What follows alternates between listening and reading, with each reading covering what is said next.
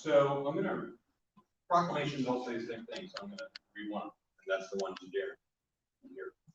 And it says this: to whom all these letters shall come, greetings. Know ye which the Louisville Metro Council hereby honors and recognizes Darren Lee Jr. And I'm going to make sure I say the names. Julian De La Cruz, Ricky McClellan, and Christopher Gates.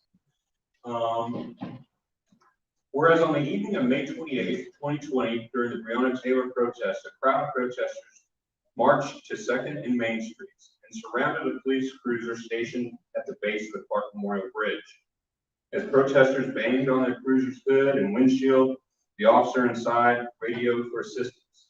And whereas Louisville Metro Police 4th Division Patrol Officer Galen Hinshaw, who was also a member of the Louisville Metro Police Department Special Response Team, responded on foot and alone to his fellow officers' request for help. And whereas Officer Hinshaw found himself alone and surrounded by protesters, as the crowd grew, Officer Hinshaw, needing a strategic place to assess the situation, detoured to the front of Beer Nose Pizza. And whereas Officer Hinshaw tried to de-escalate the situation, at the same time he radioed Charlie 12, this is a 1030, we need help. 1030 is a code that a police officer needs help. And whereas that help arrived in the unlikely personages of 5 protesters, strangers to each other: Darren Lee Jr., Ricky McClellan, Julian De La Cruz, and Victor Rice, Christopher Gales, and an unidentified man. The fearless 5 saw a fellow human being who some considered an enemy in crisis, locked arms and protected him by forming a human shield. And whereas the fearless 5 are no longer strangers and have continued to work as a group to bring community and police together, and whereas Darren Lee Jr., born in Louisville, Kentucky, on August 5th, 1987, graduated from Aaron's High School and is the owner of Developing Young Minds Child Care Center, Capital Wealth Tax Center, and Carter's Music Group, he finds compassion, strength, and courage as he put himself between protesters and Officer Hinshaw. We hereby confer the honor with the rights and privileges and responsibilities thereunto pertaining. Testimony, therefore, we have caused the letters to be made in the seal of Louisville Metro government to be hereunto affixed done in the Commonwealth of Kentucky this 24th day of June, 2021. Thank you.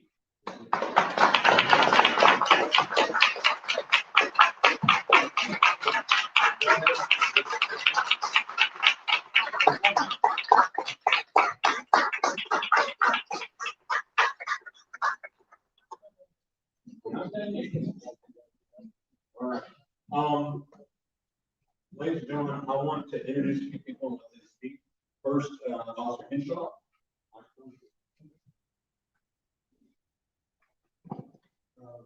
So thank you all for having me here. It's truly an honor.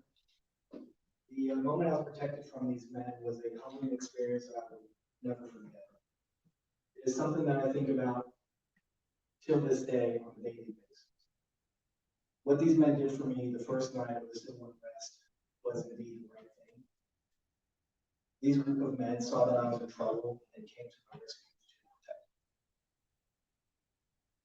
me. If it was not for them, I may not be up here today to speak to you about this. They recognized that even though I was a police officer, they saw that I was also a good human being that was in help. All these men, which I'm now proud to say are now my friends, very much deserve this award tonight. They came to my rescue to a person they did not know, but knew they had to do the right thing. The same right thing that I and my fellow officers will continue to do, and that is to protect the service community. Thank you all so much for coming to my aid and preventing what could have been a near-death experience for me. I am so thankful and look forward to continuing. I love you guys.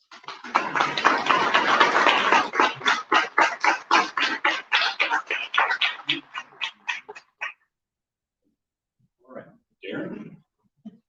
Look here. Thank you guys for just taking the time out to honor us tonight. We appreciate that. It definitely takes a village to take care of Louisville, and that's what we proved tonight. It was May the 28th last year. encouraged. I probably wouldn't have stepped up, maybe, I don't know. But it was him, and after him, it was me. And everybody just fell in line. It was him, and then Ricky, and so we didn't, like you said, we didn't know each other. We just put it all together and did what we thought was right. I thank y'all again for this opportunity.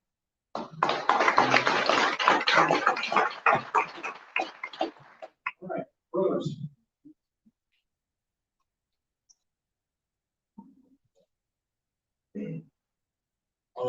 And so Rose is a part of the group, and Rose is the founder of the ACE Project, and I'm going to read the proclamation for Rose and tell that story. To whom these letters shall come greetings, know ye which the local Metro Council hereby honors and recognizes Rose Smith. Whereas Rose Smith, born on October the 19th, 1965,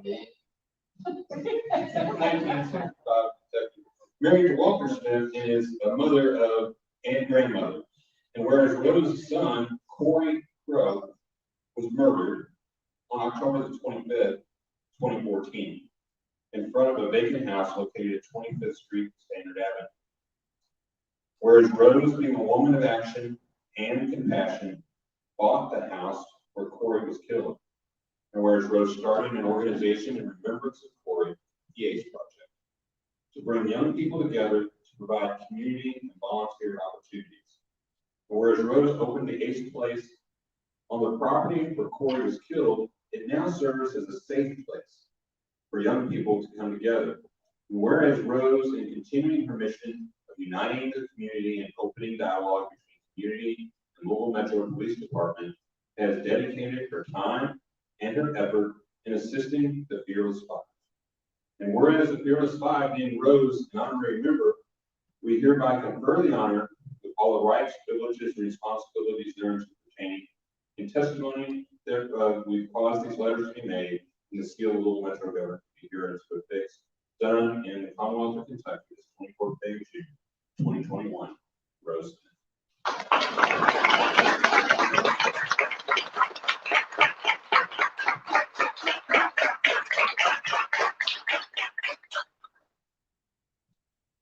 Want to say thank you, first of all, to these wonderful young men.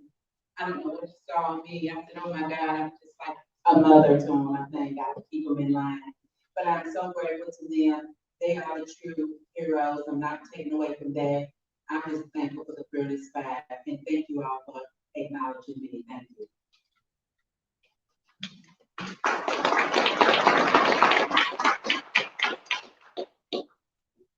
Okay. I also want to acknowledge Donna Richards and Victor Rice for their work. In helping with the Fearless Five. This group of people have decided that they're going to take it upon themselves to make sure that people are safe in their communities, doing what they can do, and to make sure that the community and our police officers have a much better relationship, and they're working daily to do that.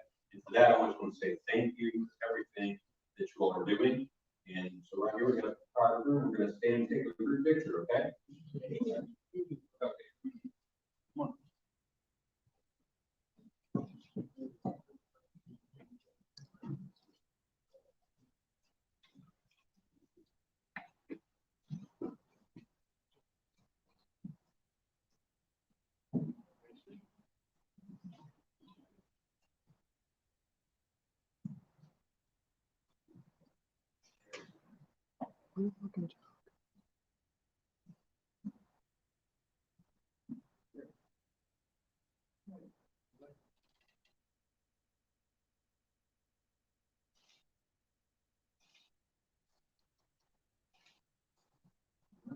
Thank you, everybody. Thank you all. Thank you.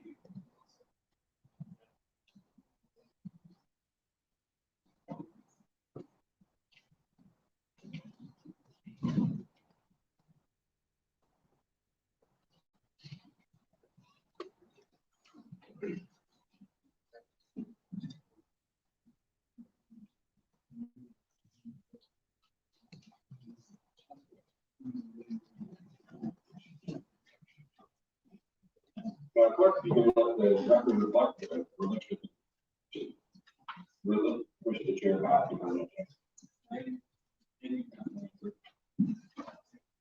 County Clerk, are there any addresses? Yes, there are. Remind those addressing the council to please refrain from using standing or making derogatory statements to council members. Madam Clerk, please bring them forward. Elaine Morgan.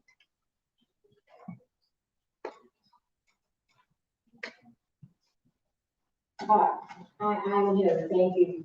I want to thank the President James and the council members for allowing me to speak. I want you to know that I'm an 85-year-old woman that has lived in Louisville all my life. I would like to start with saying that your priority responsibility should be to keep the Louisville citizens safe. So what brought me here to this meeting tonight? We recently had a sudden death in the family and have family members from Flint, Michigan to visit Louisville, come down to Louisville for the funeral.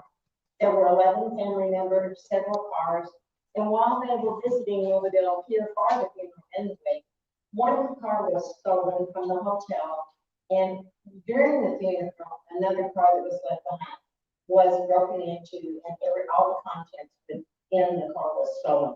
Needless to say, the family members left with a very bad taste in their mouth about our beautiful city. I have seen a city that I've lived in all my life rapidly decay before my eyes. Having worked in the county for 20 years, I enjoyed and appreciated the growth and the inviting atmosphere that we present to visitors and citizens.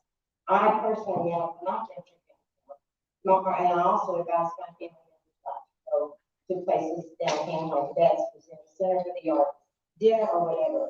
We, the taxpaying citizens, should not live with this fear. Prior to COVID, Louisville had experienced an increase in conventions.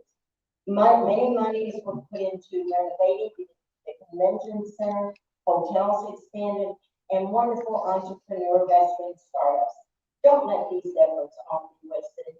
Is a city of Louisville with an alarming crime rate a palatable invitation for conventions to return or courting new businesses?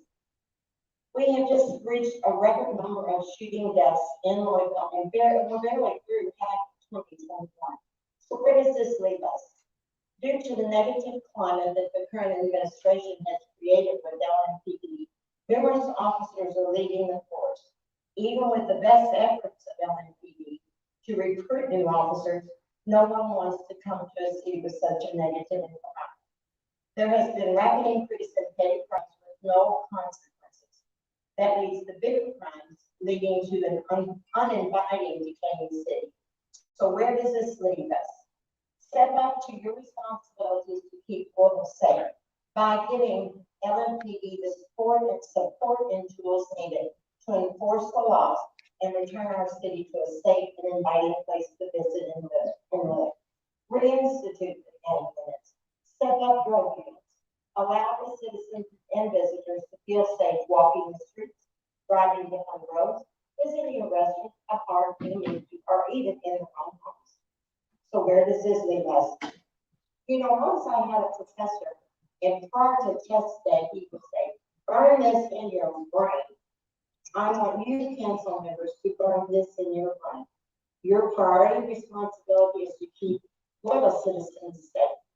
All of Louisville, every square inch of Louisville, every citizen, old, young, black, white, Hispanic, do not want. Ms. Morgan, your time's up. Thank you. Thank you. Nancy Gibbons. Hello, I'm Nancy Gibbons, and I'm speaking on behalf of the resolution for 100% clean energy in Louisville. I recognize and commend the city for including renewable energy in the new budget. The funding the transition to 100% clean energy through energy savings alone does not go far enough, and here's why. The climate crisis is not at some far off time, but is upon us. Feedback loops are okay, the window to avert irreversible catastrophic climate impacts is rapidly approaching. David Attenborough's recent documentary, Breaking Barriers, The Science of Our Planet, makes the critical point that the extreme temperature oscillations that characterize Earth's geologic history stabilized only in the last 10,000 years within an error of 1 degree variation. And this is the period when human civilization has flourished. We are already outside of this narrow band of stable temperature. Global temperatures have increased more than 2 degrees Fahrenheit in the last century and are continuing to increase at an accelerated pace. In 2020, Australia experienced its summer from hell with unprecedented bushfires, landscapes, and wildlife loss, and the most widespread coral bleaching event ever recorded, affecting 50% of the Great Barrier Reef. Look at what is happening in the American West now. Climate change is our greatest national security and economic threat, greater even than the shootings we see on our city streets. It should be front and center to all of the city's decision-making, including and especially how it allocates its budget. A good share of local budget and federal stimulus dollars should be invested in stabilizing climate impacts for the city, including for low income who bear the largest brunt. And doing so will result in major cost savings for the city in years to come. Many initiatives have been proposed, starting with educating citizens about the need for rapid change and creating structures to support such rapid change. For example, setting up a local green bank, establishing incentives and policies for energy efficiency and renewable energy upgrades in all buildings across the city, negotiating low pricing for clean energy, investing in large-scale clean energy projects, forming a citizens advisory council with direct input to city government to help guide local climate action. Each of these have not happened or been deferred.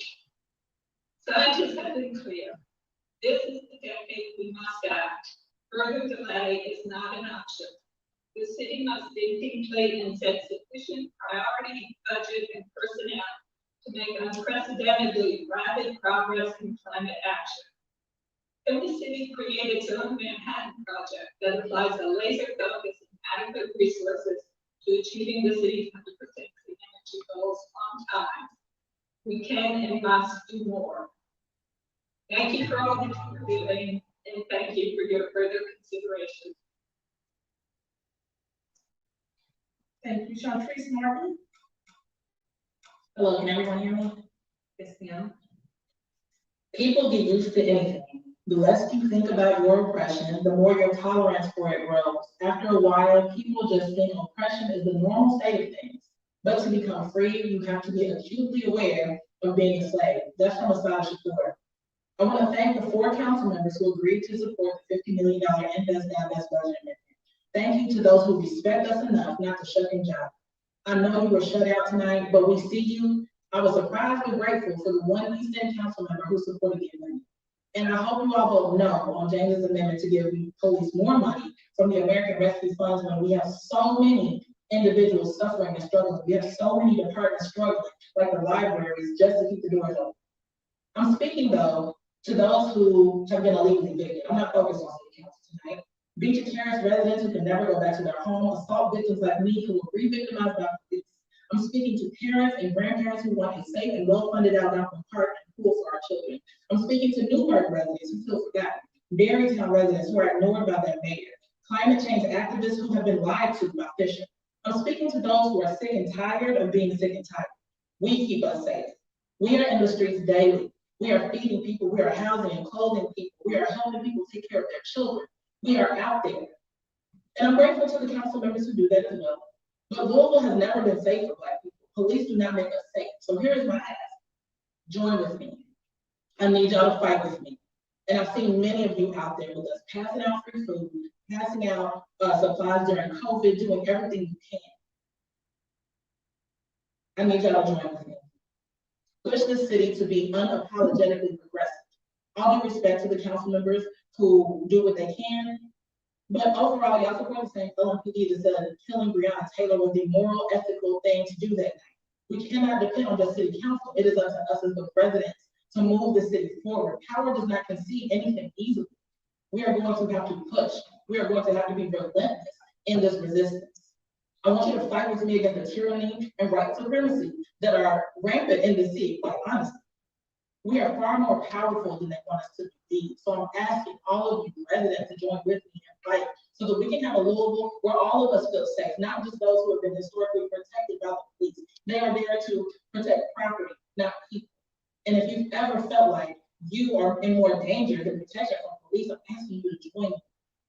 We can do this. We have the power despite what those in those current seats say. Thank you. Thank you. Angela Johnson.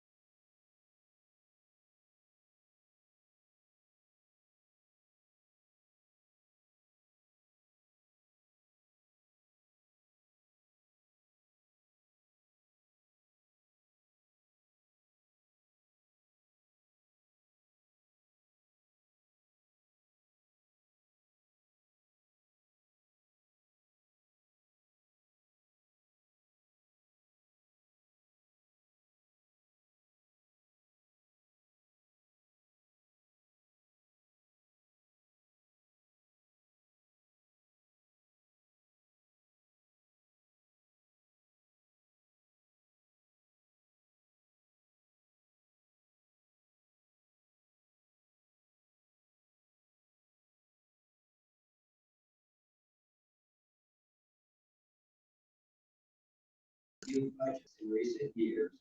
And I'm thankful to the people who participated in public forums and comments in more numbers than ever this year. Thanks to all, and I urge your approval. Thank you, Councilman, and Councilwoman McCraney. Thank you, Mr. President. My comment is on the overall budget. Each year, the mayor presents a budget. And every year, the Metro Council Budget Committee reviews the budget and adjusts it as being necessary based on hours upon hours of listening sessions with 26 district constituents. This year was no different. The mayor presented a budget. The budget committee hosted several meetings and accepted online input from citizens. This is my third year on the budget committee.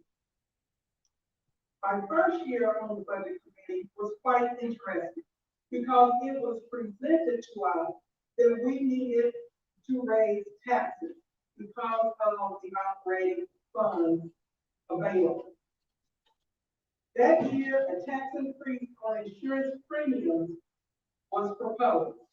That year was 2019, and I voted no on the tax increase. At the end of that year, although many things suffered because of how the budget was intentionally structured, we ended the year with a $13 to $17 billion surplus. In 2020, with a better financial outlook and better management and control, the budget was promising, and I voted yes. Now here we are in 2021, a year after a horrendous year of illnesses and deaths due to a pandemic, a nationwide civil unrest, and more money than we could ever have imagined because of federal funding and a pretty good economic outcome. We have gone through the normal cycle. The mayor presented his budget this year. The budget committee has taken it and have given many opportunities for constituents to have input. And some of us have had our way with it.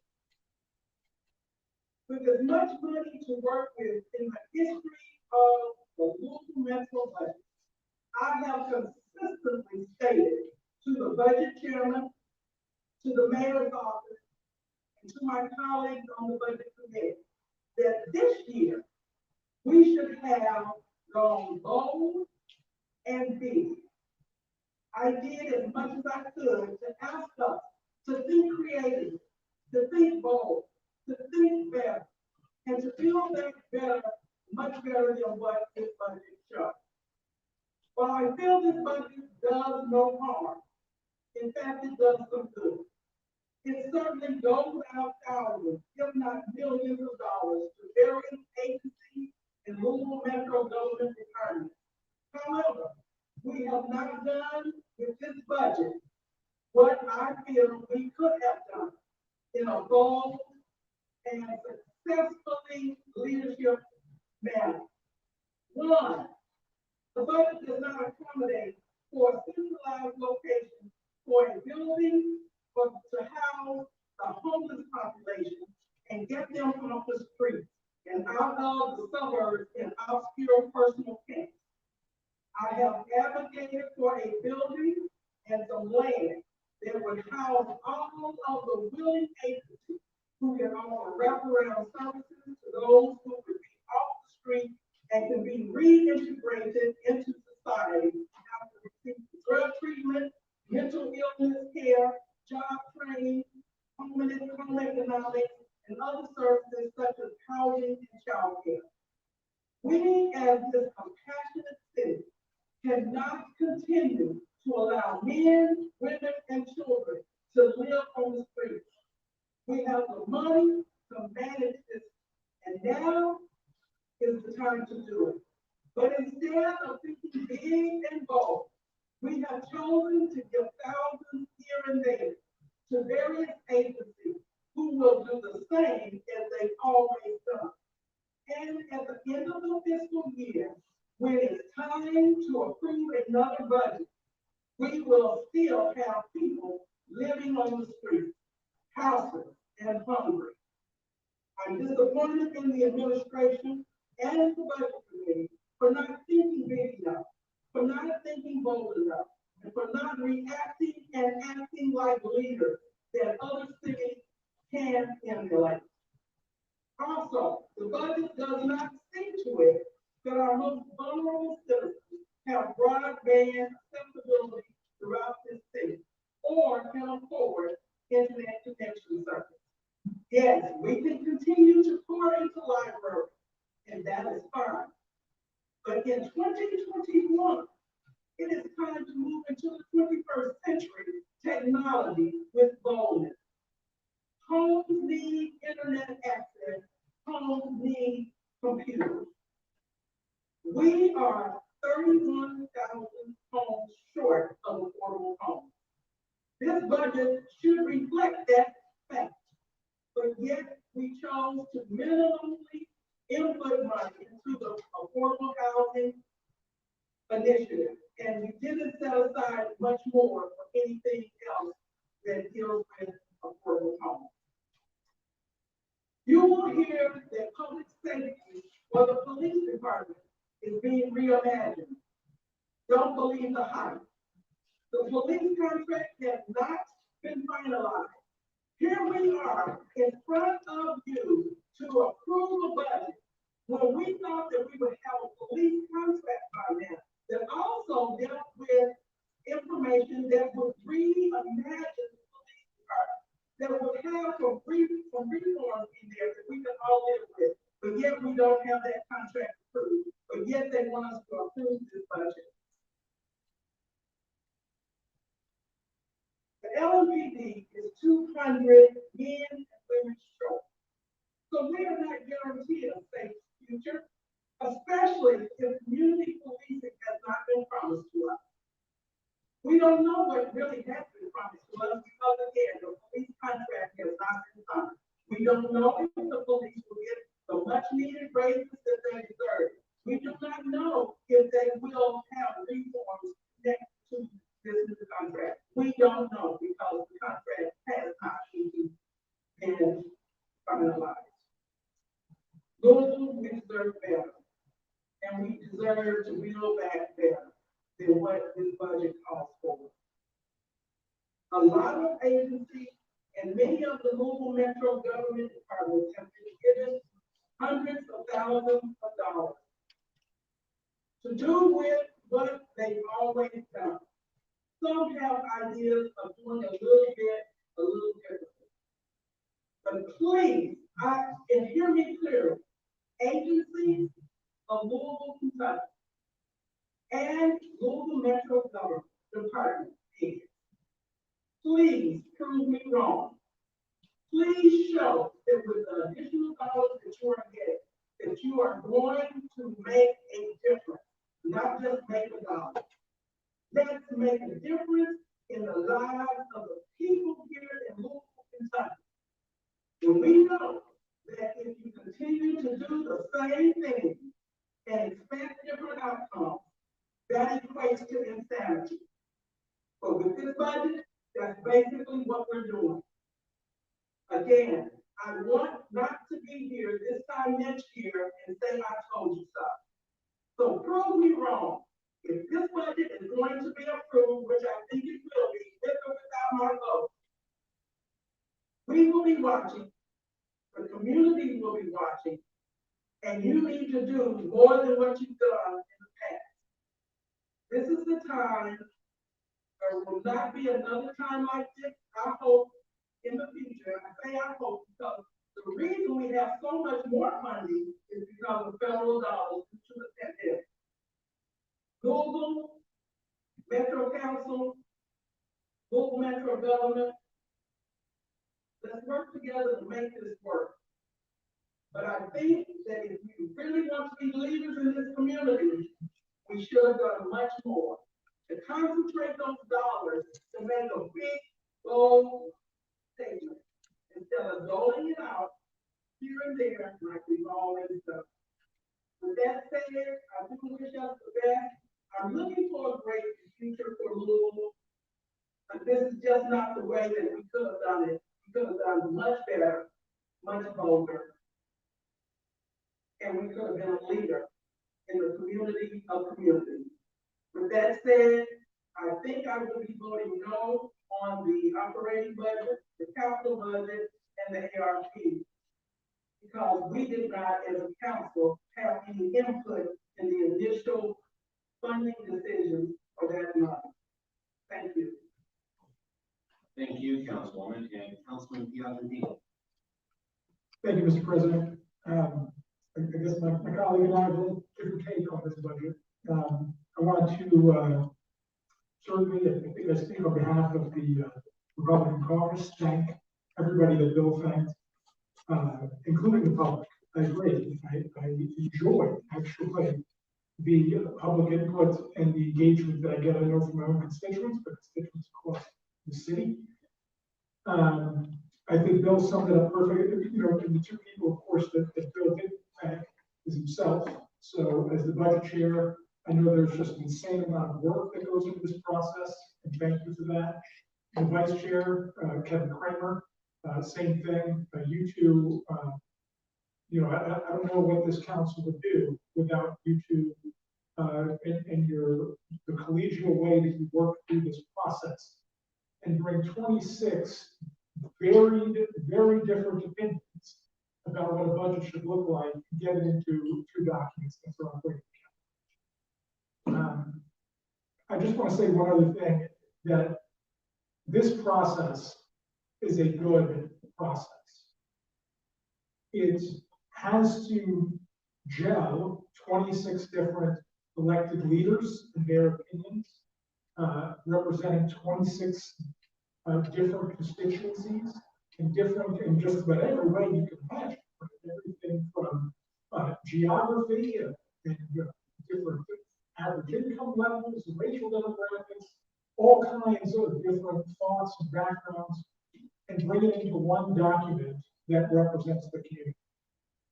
So I think, just like Chairman Hollander indicated, I do see some very great things in this budget.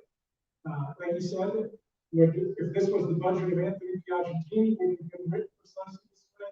No, of course not. Nor would it have been if it was the budget of Chairman Hollander, right?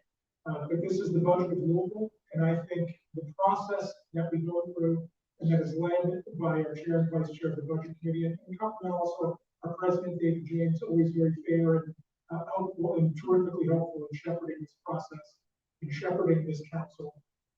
So I think what we have here is precisely that, a great budget that makes significant strides and truly reflects this community of 26 different districts and of 770,000 people. So again, thank you. I appreciate this process and looking forward to voting yes for both the operating and capital. Thank you, Mr. President. Thank you, Councilman Hollander. Thank you, Mr. President. I just want to say that in terms of housing, Councilman Kramer and I have had discussions as recently as this morning about ARP funding. We have a lot of ARP money to appropriate in the next few months. I am confident, and I'll say what I've said at the meeting this morning and what I've always said. I'm only one of 26 people.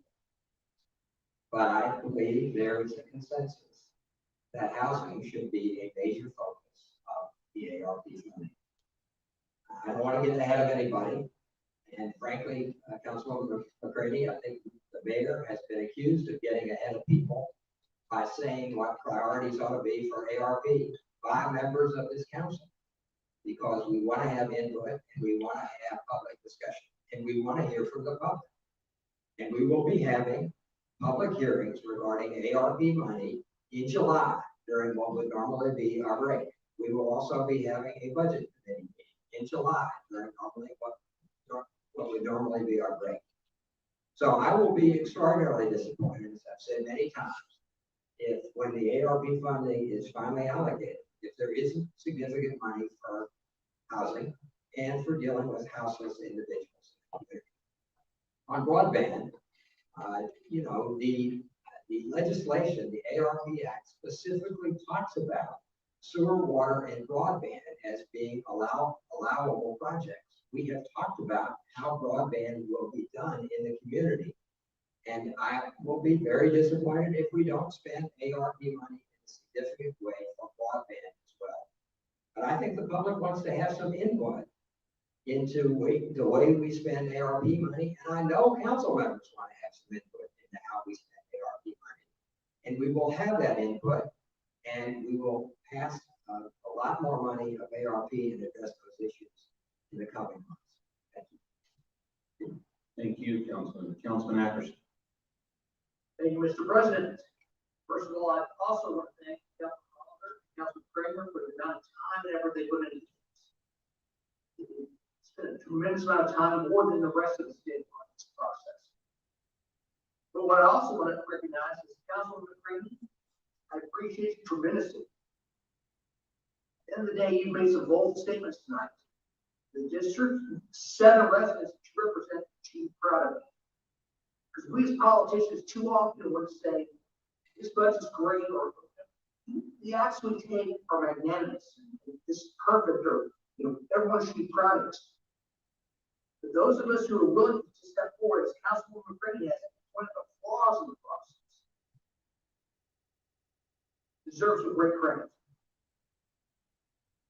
Some great credit. In that sense, what's been pointed out tonight is this: is with all budgets, we don't a little here, a little there, try to make everyone happy. And that's the state road. What I've heard from my colleague from District 7 is this: with all this extra money coming in, we had a chance to take bold statements, make bold moves, to attempt to be something better. And we didn't. This budget is a nice budget. It's the middle of the road. But we did not make the bold statements or the bold moves that she's referring to that we potentially could have. Game-changing moves. And because of that, Councilman Brady, I respect you tremendously, and I thank you for speaking your mind and saying the things that went against the grain. And as such, you have my utmost respect. Thank you, Mr. President. Thank you, Councilman. Councilman. Thank you, Mr. President.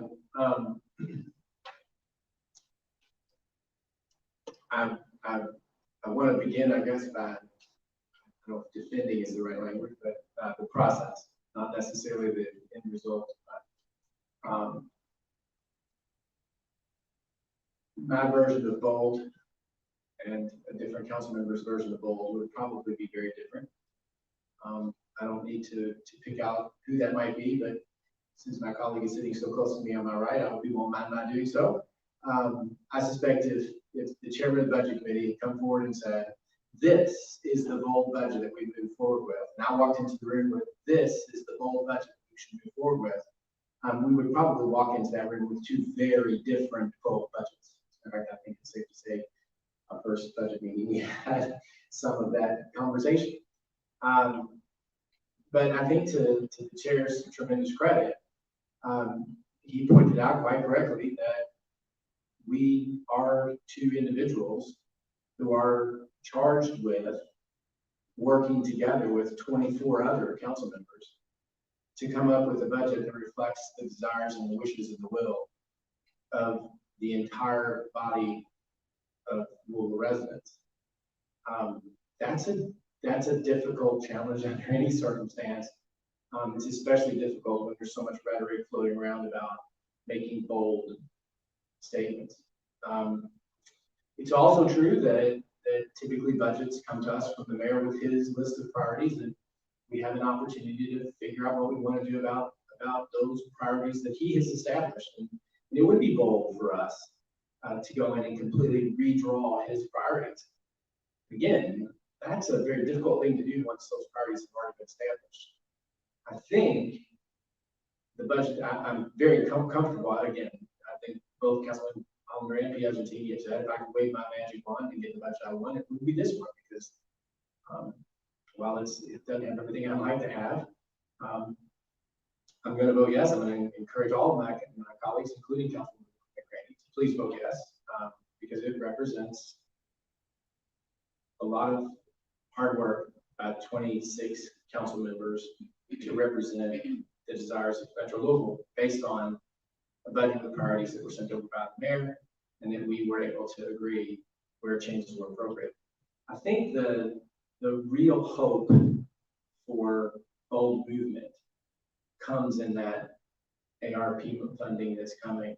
And I think what's uniquely different about that funding is, in this instance, the mayor is not sending over his priorities. And it's not going to be us trying to redefine or redeclare what those priorities should be. Councilman Holler and myself have been working with Ms. Handmaker. We agreed that on July 12th, the budget committee will take this up as a discussion, and this council, with the help of public input, with recommendations from the mayor's office, but this council will decide what the priorities are. I don't know how you get more bold than that. I don't know how you get more bold than that. We're taking on responsibility with these ARP funds that heretofore we've not had the opportunity. So I would ask all of my colleagues, please consider a yes vote on the operating budget and the capital budget. And I would ask my colleagues, please participate actively in the discussion about what our priorities should be, and recognize as you participate that there are 26 of us representing 26 very different parts of this community who each have an idea of what gold is. And let us not, at the end of the day, decide we can't vote for something because the definition of gold that we carried into the room doesn't match the definition of gold that the 26 of us could agree on. Thank you, Mr. President. Thank you, Councilman Graham. Councilwoman McGrain. I certainly did not, thank you, Mr. President. I certainly did not plan to speak again because I let my statement stand for itself. But after my colleague called my statement of being bold rhetoric, I have no choice but to say, I don't speak in rhetoric language. When I speak with boldness. I speak with authority, and I speak what I mean. And when I say bold, it may be different than what your bold has been the entire time you served on the council, any one of you. But when I say bold, I mean bold, meaning not doing the same thing the same way. Yes, we have another opportunity to do things better, and I hope we do. But do not say that my conversation in any way is rhetoric, because the way I see our future, it does encompass all 26 council members and all of the constituents of Louisville. And I mean well for each and every one of the citizens of this community. And I will not stand by and be accused of speaking rhetoric. Thank you.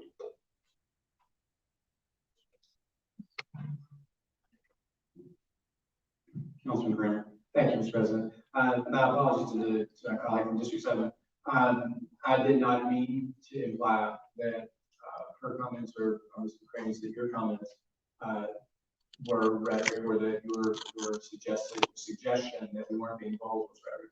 I really was more referring to so much of the conversation that has swirled around the ARP funding that we're getting. And it was really more of a comment about what we've heard in the public, what we've heard from the press, and what we've heard in so many different places. And so if I left you with the impression that somehow I was impugning your comments about boldness, I apologize. My comment about boldness only is, and you made it quite clearly understood that my comment about boldness only is that as we move forward, there are 26 of us who have an idea of what bold is, and I hope is that we will be able to, at the end of the day, come together and find a way to agree on what bold looks like moving forward. Thank you, Mr. President. Thank you, Councilman. Is there any further discussion?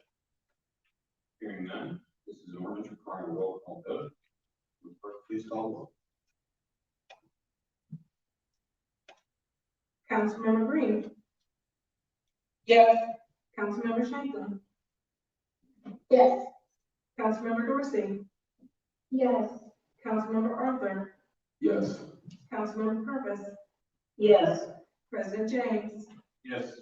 Councilmember McCramey, No. Councilmember Armstrong, Yes. Councilmember Hollander, Yes. Councilmember Mulvihill. That's a yes. Councilmember Kramer, Yes. Councilmember Blackwell, Yes. Councilmember Fox, Yes. Councilmember Fowler, Yes. Councilmember Triplett, Yes. Councilmember Reed, Yes. Councilmember Winkler, Yes. Councilmember Parker, yes, Councilmember Piagentini, Yes. Councilmember Benson, Yes. Councilmember George, Yes. Councilmember Engel, Yes. Councilmember Peden, Yes. Councilmember Flood.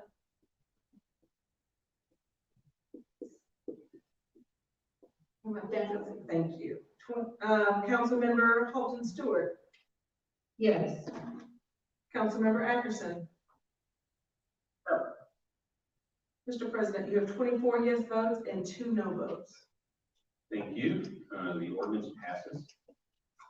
Madam Clerk, read item number 56, please.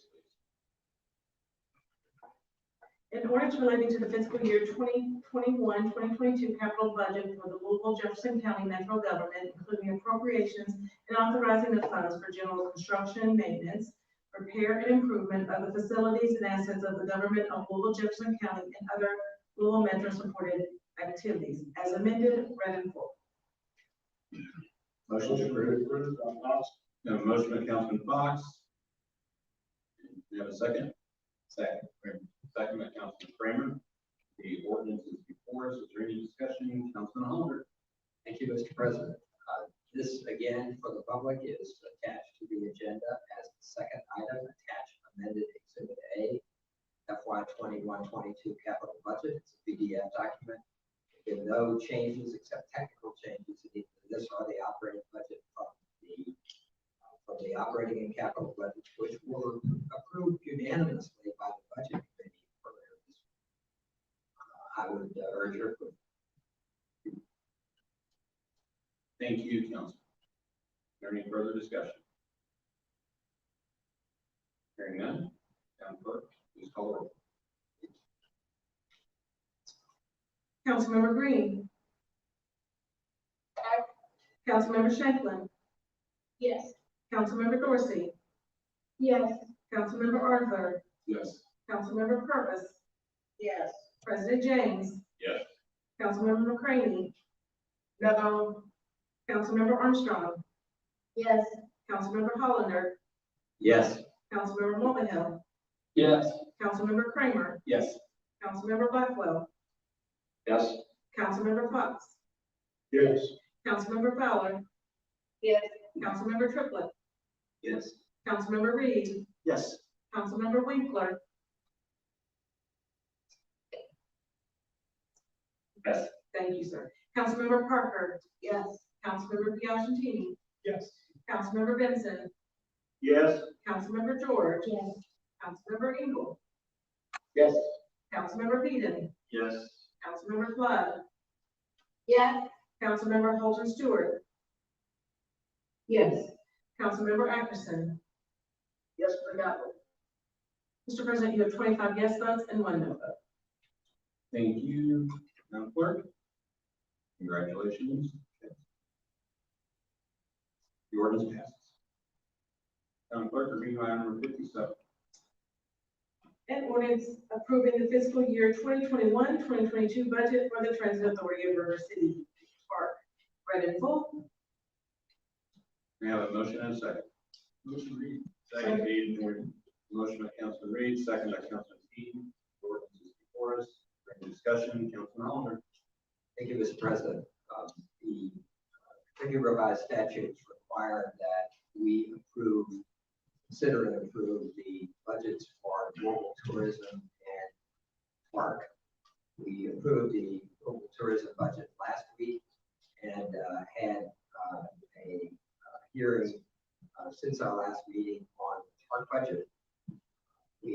discussion about this in the committee of the whole.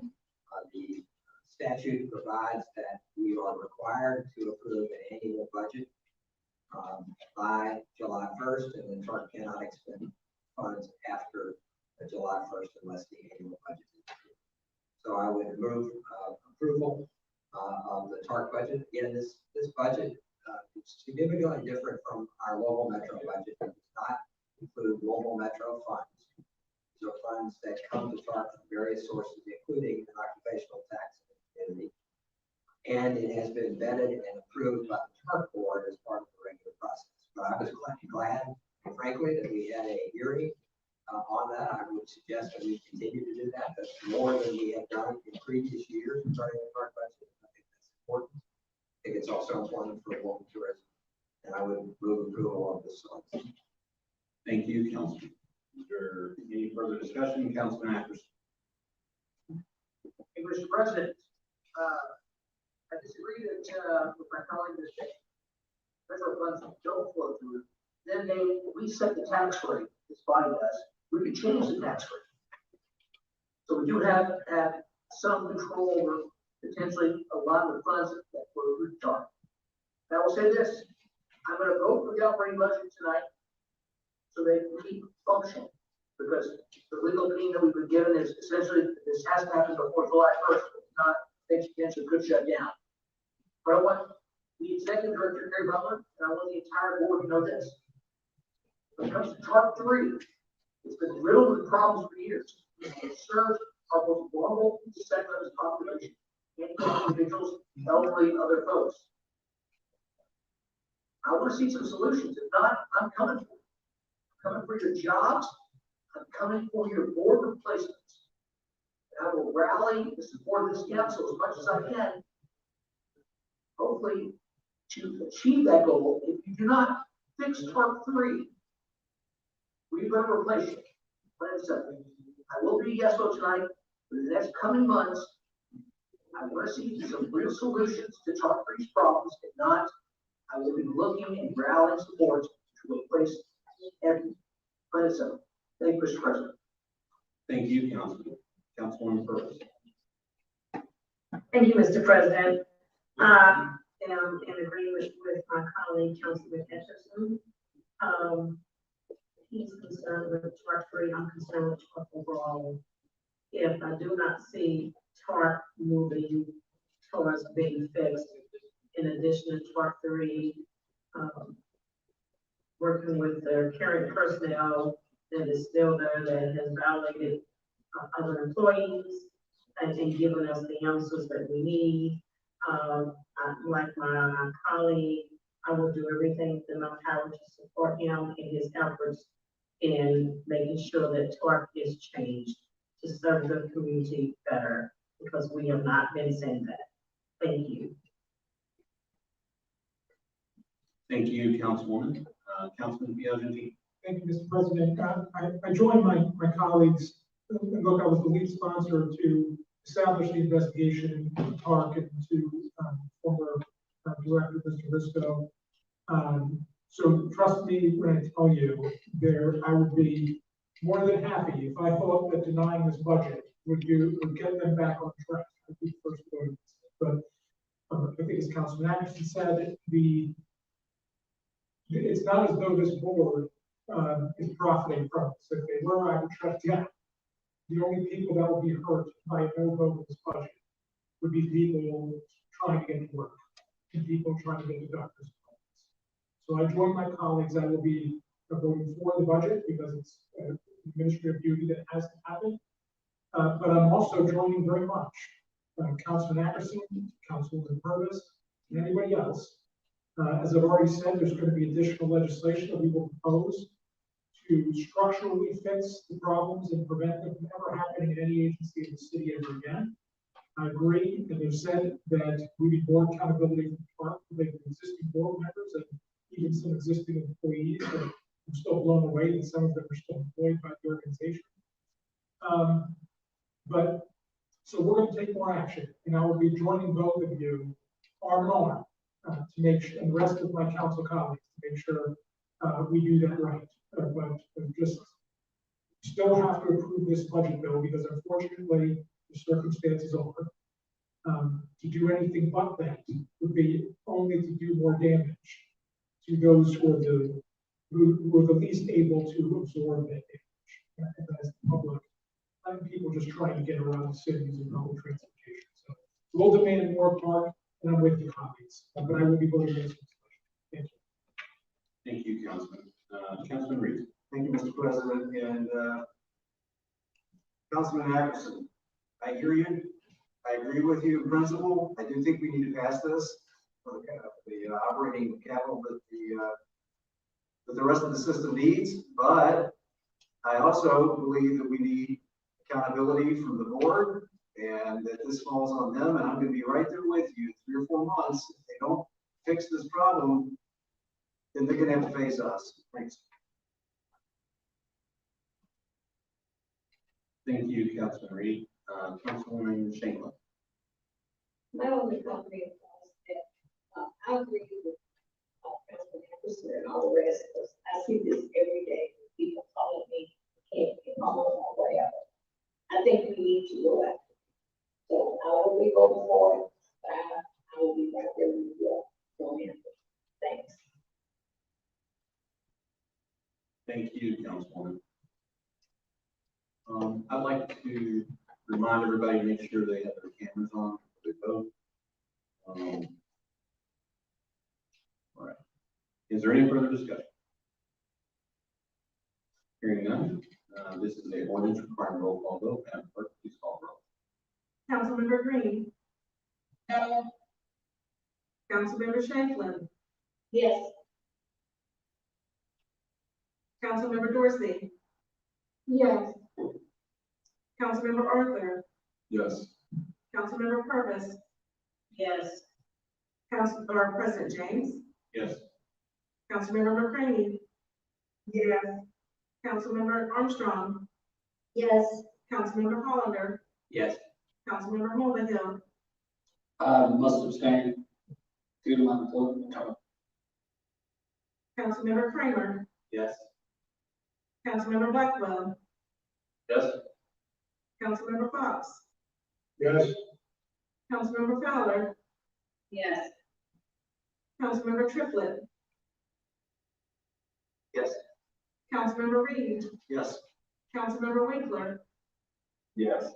Councilmember Parker, yes, Councilmember Piagentini, Yes. Councilmember Benson, Yes. Councilmember George, Yes. Councilmember Engel, Yes. Councilmember Peden, Yes. Councilmember Flood, Yes. Councilmember Holton Stewart, Yes. Councilmember Atkinson. An apprehensive yes. Mr. President, you have 24 yes votes, 1 no vote, and 1 abstention. Thank you. The ordinance passes. Madam Clerk, a reading of item number 58, please. An ordinance approving the American Rescue Plan, ARP, local fiscal recovery funding to various local metro government departments for the first 100 days to address the continued impact of COVID-19 on the economy, public health, state and local governments, individuals, and businesses, as amended, read in full. Thank you. May I have a motion and a second, please? Second. Motion by Councilman Triplett, second by Councilman Peden. Ordinance is before us. Any discussion? Councilman Hollander. Thank you, Mr. President. This is attached as the second item on this agenda, attached committee amendment 61721, and it's schedule A, what is before us. Talk a little bit about how we got here. The administration had made a recommendation for $38.9 million in ARP funds. I think a number of council members had indicated that they wanted to have more discussion and more input on ARP funds than that happened during this first round of funds, which are designed, I think, to be sort of emergency uses. And as I've said, in conversations with Councilman Kramer, I'm confident that will happen in the future. And there is a plan set out to do that. At the budget committee meeting, the proposal for spending $38.9 million was reduced. And what's before us now is a spending of $30,140,000. It was reduced by taking out some health-related funds, actually related to community learning hubs, $210,000, to removing a proposal for $3 million for security, but by increasing ambassadors throughout the community from $450,000 to $1 million, and reserving $150,000 of the ambassador funds for Waterfront Park. So that's what's currently before us, a proposal to spend $30,140,000 of the ARP funds as this first round.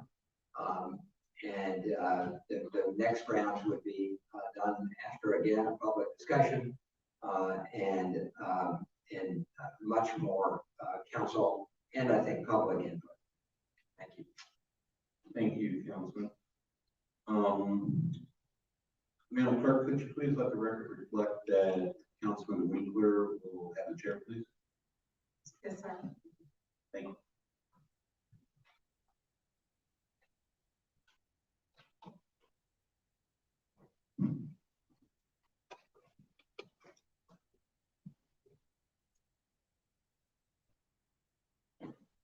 Councilman James, I believe you have an amendment that you wanted to enter. I don't know if you have a way to queue in. Yes, I do have an amendment that I'd like to make, Mr. Chair. Colleagues, So, I'm sorry, President, not to interrupt, but just so I know, as we get into the discussion, do you have a way to queue in? yes, through the group meeting. Okay. Yeah, I just didn't know if you had your phone with you. Okay, go ahead. So, thank you. Colleagues, I just want to say that I'm offering up an amendment, and the reason that is because we have a crime problem, violent crime problem in our city. And as we talk about COVID funds and re-energizing our economy and those types of things throughout our entire city, I think it's very important that safety be a part of that. And so I have an amendment, and it is to allocate $4 million in LMPD overtime for the entire city, for officers to have an officer presence, to reduce crime, and to assist in the recovery from the pandemic by providing safety to all of our citizens throughout our community. And make that in the form of a motion, Mr. Chair. second, from Mark Fox.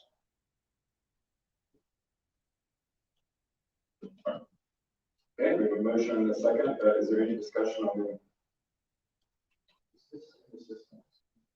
I think Councilman.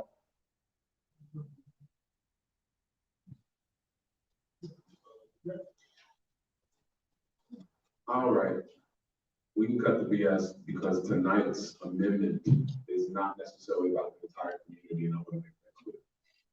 In the ARP meeting that our president had, that our chairperson had, and our vice chairperson had, it was very clear that we wanted to add what we talked about, $3 million last week for police downtown at the waterfront. I'm asking my colleagues to vote no for 3 reasons. One, there's no statistical proof for this. We don't need it, it is unnecessary. 2, this government is not going to be practicing what it has preached. And 3, when we think about the way that 2020 worked out for us, this is a very slippery slope, a very dangerous slope. I will elaborate on the first point. As we talk about more police in downtown, you have to come to an understanding that this year, looking at homicides, this year, LMPD Division 2 in the west had 31 homicides. Then LMPD Division 4 in the south had 22 homicides. LMPD Division 1 in downtown and parts of the west had 13 homicides. Of these 13 homicides, one of them was in the central business district on March 15th at 4:26 a.m. Downtown is safe. If you don't believe me, let's hear from some other people. Second point, this government has supported campaigns since the start of the pandemic marketing how safe downtown is. The Downtown Strong campaign, launched in February of this year, their commercial has been played on television, online, on radio. It says verbatim, downtown Louisville is open, safe, and friendly.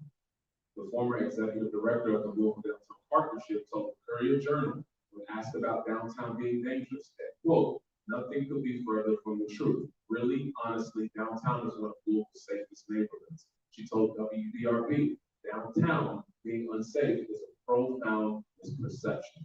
She was in a Business First article with the headline that read Downtown Rebound, how the Louisville Downtown Partnership is fighting against misinformation. This year's Louisville Tourism Marketing Plan mentioned safety 14 times. All of but one of those mentions is about safety from COVID-19. The one mention about safety that isn't directly about the pandemic says, as many other American cities experience similar shutdowns, Louisville's situation seemed to have affected local perception of the downtown area more than outside perception, though a safe image must be regained for growth. Mayor Greg Fisher just told Wave 3 News, quote, the media has created a perception that downtown is not safe. LMPD Chief Erica Shields just sat on a panel with me a few weeks ago and said verbatim, the downtown space has historically amongst the lowest crime in the city. For the most part, since I've been here, there hasn't been any violent crime that is notable. What I felt has been that theme, has been that perception of it not being safe. And the biggest effort of all of these campaigns has been the downtown revitalization team. Over 100 people from across the city making a comeback plan for downtown for the central business district. And that plan is sitting on our government website. And when you look at that plan, it mentions safety, but only safety in messaging, safety in infrastructure, safety in adding ambassadors. You know what it doesn't mention? Police. So over 100 people from around this community, including our mayor, the co-chiefs of Louisville Forward, representatives from all sorts of places of employment like Humana, small businesses, council members, residents from all over Louisville, including the mayor of the downtown division, all of them worked on this plan and it did not include police. My last point, we paid for a top to bottom review of LMPD and it told us that this department is in crisis. Our police department lacks diversity, is 82% white. The original ARP proposal for police that apparently came from our council, 3 council members specifically, maybe one more specifically, it said verbatim, understanding the current staffing levels at LMPD, this program will need to also utilize sworn officers outside of LMPD, possibly including the Jefferson County Sheriff, independent cities in Jefferson County, those from surrounding counties. We can't even hold LMPD accountable. So why would we take on the responsibility of officers or security from even less departments in towns and counties that are completely white at this point? What does that look like if something happens downtown? What does that look like if something happens at the water? And if none of these facts convince us to vote against this waste of money, think about this fact. I, Councilman Ja'Cory Arthur, 4th District, which covers the majority of the central business district, I am telling you, we do not need to spend this money on police downtown. And why would I advocate against these districts? If we want to spend $3 million, $4 million, whatever the amendment is on anything, we need to spend it on the people who are actually unsafe, sleeping on the streets of downtown. Maybe the Parkland Library, maybe the Algonquin Pool, so that our kids can have something to do, so that they aren't resorting to crime. Let's spend it on being proactive instead of reactive. Please vote no. Thank you so much.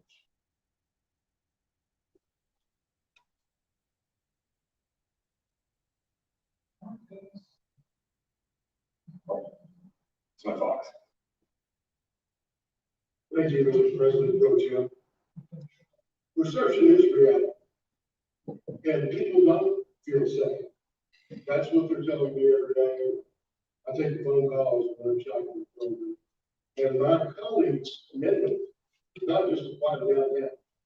I can speak for District 13, people who do. They want peace. Because I had a homicide about 3 days ago. They wanted to increase presence. They want to feel safe. They want to feel safe when they go to the mall, to the grocery. They want to feel safe wherever. And that perception right now is that they're not. And we all saw the coverage on television.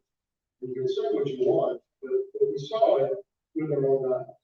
And to my colleague referencing officers from other counties coming in here throughout the state, I would just say that KRS prevents that. Only as one of these officers will be in this area. Right now, our police departments won't be understaffed. And, you know, they need help. And we need to help them. We need to help them with this funding. And I will just challenge my other colleagues, if you've taken a call from a constituent that says they don't feel safe, if you talk to a friend that says they don't feel safe, talk to someone in church that's reiterated it to you, then I encourage you to vote for this. Thank you, Mr. President. Thank you, Councilman Fox. Councilman Piazza. Thank you, Mr. President Pro Tem.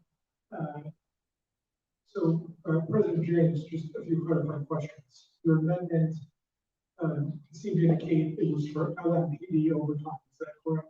That's correct. LMPD and LMPD only, no other police department, LMPD. Right. And I'm asking that because I did, when this was discussed originally, there was some mention of other departments contracting with third parties, and I did have some concerns about that, right? I'd rather have our own people. They operate under our jurisdiction, they operate under our command structure, and I'd much rather have that. If I understand your amendment also, it clearly does not specify any geography within the state. Is that correct? It specifies the entire city. Very good. Look, I wish we were in an ideal circumstance. We wouldn't have to do this. And, my support, and I'm going to support this, is because in the short term, I don't know what other options we have. We have a circumstance, and we knew it would get worse before it gets better. We are reeling from years of developed mismanagement of our public safety apparatus, specifically years of, in my opinion, might be some disagreement here, but years, I would say, of poor leadership and of a pay structure which has led us to the perfect, horrible storm where where we used to get 500 applicants to fill 40 spots in a recruit class, we can't fill half the recruit class. And so we're grossly understaffed. We've seen not just the violent crime, the homicide rate, which is skyrocketed, but in many other areas of the city, property crime, which is skyrocketed. Everything from car theft, as we had a speaker this evening talk about, carjackings, to other, just personal property crime, robbery, theft, and the like. So this is not the way I would like to go about this. But again, I don't see any other way around this, and we need to start someplace. We need to, it's one small step, but I think an important step, and I appreciate the fact that of those two answers to those two questions, Mr. President, that number one, this will be done, which was somewhat concerned with the original budget with our LMPD staff, period. And number two, that it will be countywide so that resources can be deployed for the rest. To Councilman Harper's point, right? If the resources are not needed in the central business district, terrific, but clearly there are neighborhoods in this city that need it. I know in my area of the city, we call LMPD officers unicorns. And it is not because we don't love seeing them. Who doesn't love seeing a unicorn? It is the rarity of which we see them is the issue. And that is because they have to get pulled into many times other areas of the city because LMPD has to make tough choices about allocation of resources based on crime levels around the city. So I will be voting in support of this. Again, I may have wanted this to go differently, but I appreciate you bringing this, President James, and not be a yes vote. Thank you, Councilman Piatti. Councilman George. Thank you. One of the legitimate concerns that has come up repeatedly through this process as relates to the ARP money is that it could have been more collaborative and we could have had more input in the process. There wasn't any question that part of what came through in the mayor's 100 days of priorities, it wasn't to say that any of all of those weren't important. It was a real question of the process. So one of the things I would like to say on the front end is that I support President James' attempt to address community-wide crime. I think that's certainly important. But I'd like to understand, again, in a transparent, collaborative sort of process that allows for input, I'd like to better understand a couple of things. I'd like to understand what community-wide means and what people can expect with that. I'd also like to better understand what LMPD wants. Do our officers want to work more overtime? Do they have the capability to work more overtime? And what is the quality that we can expect from basically squeezing blood from a turnip? I'd like to know if LMPD has other suggestions for how to spend this money. I have repeatedly heard from LMPD about the needs for recruitment and retention bonuses. And so I'd like to know creative strategies. I hear my colleague, Councilman Piagentini, say, you know, concerns with the process, that feels like he doesn't know what else to do. I'd like to hear from LMPD as part of this process on what additional options exist. Because I'm with you, President James. I want to address the ongoing violent crime. I certainly feel it in District 21. I want to support LMPD. I'm not convinced at this time additional overtime is the way to do that. For that reason, I'm a no at this time on this amendment. Thank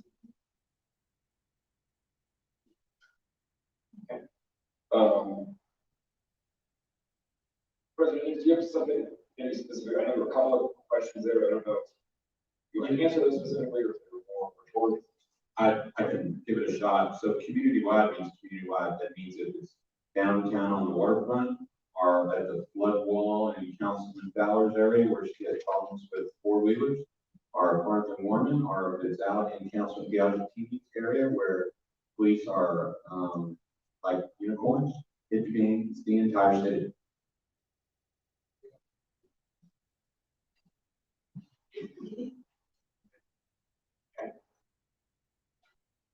Councilman George, does that answer your question?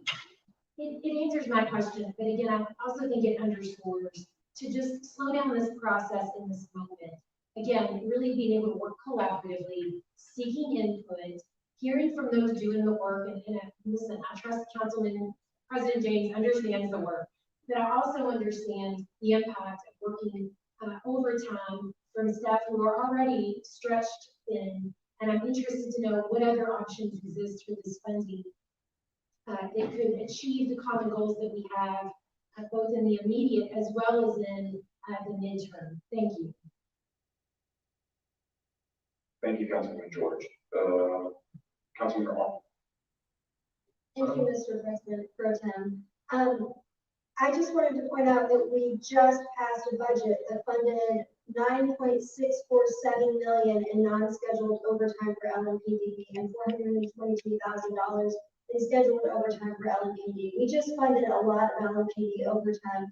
And to Councilwoman George's point, even compared to the numbers we just funded, it seems like a small amount. And what I'm hearing from Councilman Arthur, whose district I do believe is the target of where this this overtime would occur, is that it's not needed.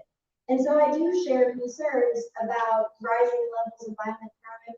I'm glad that we just passed a budget that invested significantly in upstream interventions to try to address the root causes of violence. However, as I see it, Councilman McCready just talked about being bold, and we talked about our ARP dollars as our chance to be bold. Just adding a few more $1 million when we already just funded, LMPD overtime does not feel bold to me. I share Councilwoman George's concerns about, what I hear is that it's already difficult to get the limited LMPD officers we have to take overtime shifts. And so I've yet to sort of understand through this process why this $3 million, $4 million in additional overtime funds is going to significantly make an impact in public safety, which I know that we all do want to live in a safe community. And so for all of those reasons, because I believe that we've already allocated funding to try this particular tactic and this particular strategy, I believe that we have a chance to step back with our ARP dollars and think big picture. And I hesitate to start handing out a few million here, a few million there until we have that big conversation. I believe that we've just passed a budget that gives us the grace and the ability to be able to have those conversations. And quite frankly, because I advocated for robust funding of the ambassador program in committee, and to put $3 million into that program to allow us to take a different approach to positive, productive activity on the streets, and a different approach to public safety, and a different approach to having people in our communities that can help address the needs without sort of doing what we've been doing. And so for all of those reasons, I'm going to be a no on the amendment tonight, but I do look forward to continuing to have conversations about how we can allocate our ARP dollars to address the needs in our community. Thank you, Mr. President Pro Tem. Thank you, Councilman Armstrong, Councilman Acker. Thank you. First and foremost, Councilman James, about walking traffic. But I disagree with you on this issue. As Councilwoman Chambers, as Armstrong has pointed out, referring back to Councilman McCrady's comments about being bold. This is not a bold move. We have a police department that's broken. It's functionally inadequate. And to throw more money at that broken process, to me, does not make sense. What also doesn't make sense is that this amendment would get $4 million, and we say it's county-wide, but the reality is it's not county-wide. At the discretion of administration. They might use 90% of it in one area and then take the other 10% and spread it across 5 other areas, 5 other districts. You've got no certainty here that it's been spread countywide. And so at the end of the day, I have a real problem with that. Councilman Arthur made an incredible statement to me that struck home about 2 weeks ago. That still rings in my head. That is, more police does not mean that everyone in the community feels safe. There's a segment of our population that doesn't feel safe around more police. When he said it, made me think of almost like a dictator state where people are concerned about having anything to do with abutting authority. And we talk about ambassadors being kind of a middle ground between police and not having an authoritative figure. Something different. And make me really think about that. Here's the certainty of the same. Spending more money on police is not going to stop the murder problem. It's not going to stop the gun violence problem. It's not. Changing mentalities and trying to address the mentalities of people that engage in those activities might prevent those activities. But more boots on the ground is not going to prevent what's taking place. And as such, back to being bold. If we're going to spend money, let's be bold and try new things. Because the same bold is not going to stop those. $4 million towards bold becomes not going to solve the murder problem. It's not going to solve the gun violence problem, in my opinion. It's certainly not going to solve the police department that's been functionally broken. Plain and simple. And as such, at this point in time, I can't support this. I can't support saying we're just going to give the administration the ability to spend money wherever they want on more police. I say to this administration, go fix the police problem. pay these officers better, come up with a good contract, and start hiring qualified individuals. Stop hiring bottom of the barrel folks that really shouldn't be there and give us the problems that we have. So until that happens, I'm stuck. I'm stuck with accepting the norm at the moment, with the hope for a better day, investing in a better future versus paying for the norm of today, which doesn't work. And as such, I will be a no vote. Thank you, Mr. President Pro Tem. Thank you, Councilman Atkinson. Councilman Arthur. Could someone educate me real quick? So now memory lane, talk to you about the increases, the trend of increases in the police budget.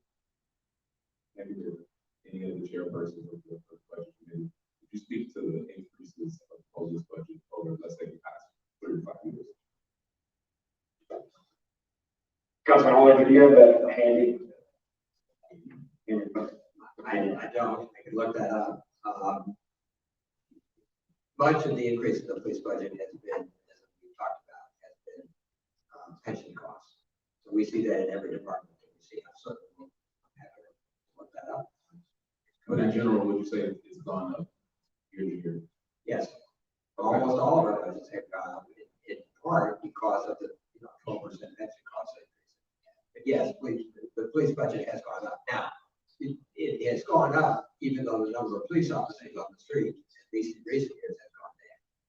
And that, as we talked about that as part of the budget this year, that seems a little confusing. How are we paying more for every fewer officers? Because one, we're paying them more, two, pension costs are, fairly significantly increasing. But I'll get you that information. Okay, and I just wanted to point out something I saw not too long ago that was really heartbreaking.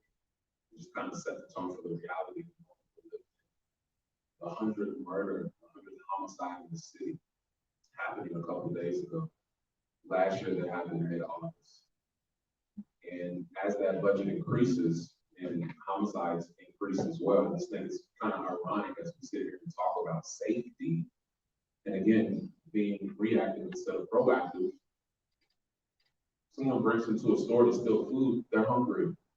Yes, they committed a crime, but they're hungry. That's the root cause of it. Someone's on the street selling dope. They're trying to make money for their family to survive. In no way, shape, or form am I trying to justify these crimes. I'm just trying to contextualize what's going on in the city. And people are in crisis from housing, food, you name it, especially where we are in the Western Pool and other areas that are dealing with low income, fixed income situations. So as we look at what to do with ARP funds, we need more time to sit down, put our heads together, be smart about this, and go into it with a proactive attitude instead of a reactive attitude, because our city budget has a reactive attitude. We can't throw more money at police, and as Councilman Atkinson pointed out, at this point, they're at capacity, they're in crisis, as our report told us. That doesn't fix the issue, that doesn't solve anything. We need to think about being proactive instead of reactive. That is incredibly important. And then I'll ask the chairperson of the budget committee one more question. Maybe 2 weeks ago, maybe a week ago, I can remember, you mentioned the capacity of LPD. And you mentioned our budget, giving them everything that we can give them. Could you speak to that again and how this essentially wouldn't necessarily change anything we're already out in some sense of funds? Yes, sir. What I said was that if we wanted to address public safety in the community, we needed to fund the other things in the budget, like OSHA and like GBI, which we've done, I'm happy to say, because I thought we were doing everything we could for LPD. I asked the question, could you get more police officers if we had additional classes? That was the very first question that I asked Chief Shields. And she said, that's not something that's possible now. So I think we have done what we could do for LNPD in this budget. And I'm in the queue a little later, so I probably should just answer that question and preserve the rest of my comments. But, we did not hear from Chief Shields, please give me $4 million more on top of the $9.6 million in unscheduled overtime. We did not hear that. if we'd heard that, I think we'd have had a different conversation. I don't know that we'd have needed ARP money for that. That's what Chief Shields told us. I think there would have been a broad conversation about that, but we did not hear that. I'm not hearing that from the police department tonight. Maybe the police department is saying they did that, but we haven't had that kind of communication from Chief Shields. So, again, I'm getting a little more than the answer to your question, but, in appropriating any kind of money, I'd like to hear from the department. Is this something you need? Is this something, how would you use this money? And I guess I would also say, I'm old enough to remember when this council was absolutely outraged at the misuse of LMPD police overtime. We all talked about it. We had an investigation about it and asked the auditor to look at how the LMPD overtime was used and misused. And there were some reports of pretty egregious kinds of things being done with LMPD overtime. So in my view, if I was interested in putting $4 million more into LMPD overtime, I'd want to have a broad discussion with Chief Shields as to how it's going to be managed. And in this process, we just haven't had any discussion at all. Thank you. I also want to just follow up on that point. I'm looking at the interim final rule from the U.S. Department of Treasury. 151 pages. It mentions police once. Thank you. Thank you, Councilman Arthur. Councilman P. I withdrew my question. Thank you. Yeah, sorry about that. Councilwoman Purvis. Thank you, Mr. Pro Tem. I'm just gonna make a few comments in regards to President James's amendment. One, Chief Shields did not request this additional funding. Two, overtime has historically been abused before with LMPD.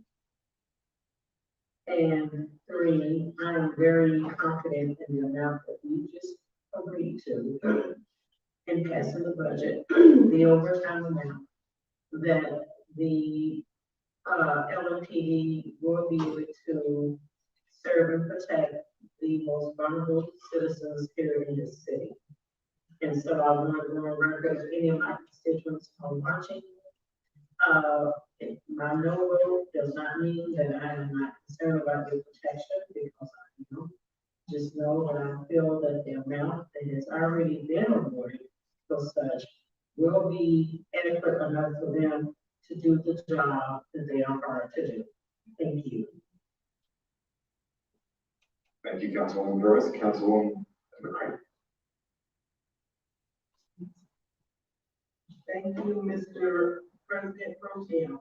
As I stated earlier, in this process for the council meeting, I am across the board a no on the budget, both for the operating and the capital.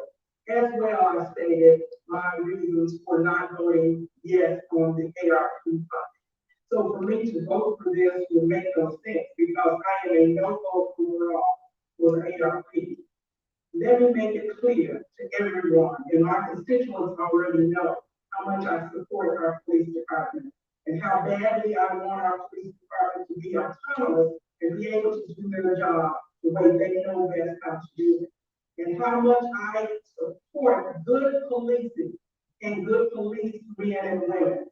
And so I will be looking out in the next round of conversation, now that we will be included on the conversations up front about the ARP funding moving forward, looking at how public safety can be reimagined, and looking how we can support our policemen with the funding that they need to accomplish their tasks and to keep us safe, and to get rid of the bad policemen that are out there causing havoc and making the department look bad.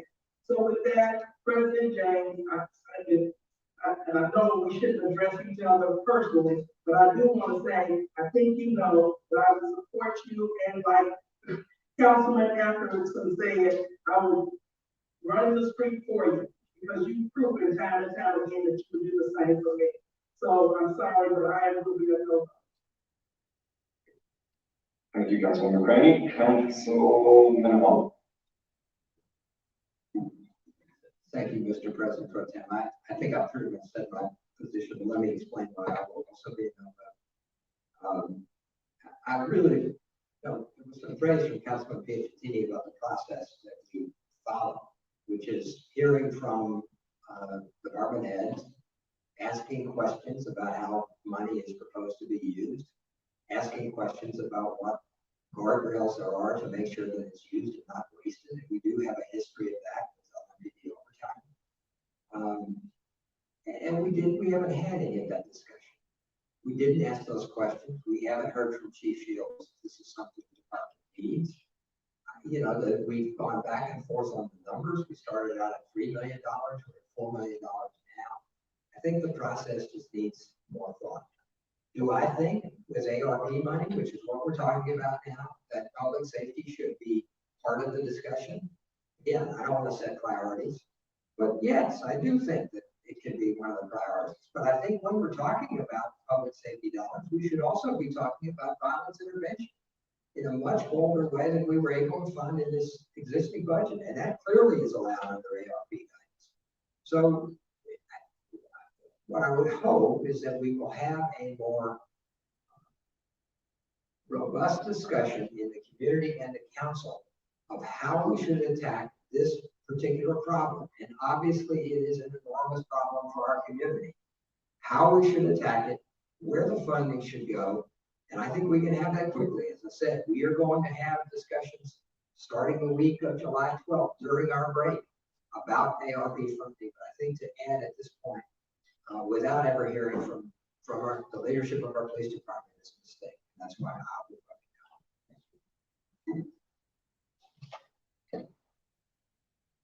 Homeowner Councilman Blackwell.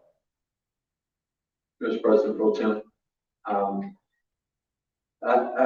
have to agree with Councilwoman Armstrong that we have an opportunity here to think about what would be the best way to attack some of these issues.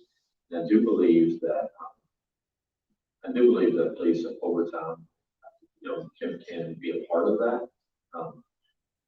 But as you pointed out, we already have $9 million plus overtime budget that we're passing right now. Certainly that would hold us over until we can have these further discussions about what we might need or how much we might need or how we would put it together. As chair of appropriations, I see several council members who have appropriated money over the years for police overtime in their divisions for specific issues that you're trying to deal with. And so, frankly, I'd like to see us, I know Councilman Cooper, who always rails against that, maybe like to see the funds, that if we put extra funds in to be able to address some of those needs that council members see and working with their majors see as priorities in their areas. So, I think there is I too support police, but I think there's a lot of discussion that needs to be had to talk about how we best use those funds, even if we do for police overtime. And so, for that reason, I'll be a no tonight, but not necessarily a no when we bring it back up again and have those discussions and really flesh it out and figure out how we would use and why we would use and where we would use those funds. Thank you. Thank you, Councilman Blackwell. Councilwoman Green. Thank you, Mr. President Pro Tem. I have not heard from the chief or from anyone that they have a need, a want, or a plan for these funds. But I have heard from people in my neighborhood begging to fund the Department Library. Begging. I asked for it to be in the mayor's budget, it wasn't. I asked for it to be in the art fund and was told, oh, just trust me. When the art funds come out, we promise we're going to prioritize the library. It wasn't. Now I'm grateful to my colleagues for finding $500,000 to put in the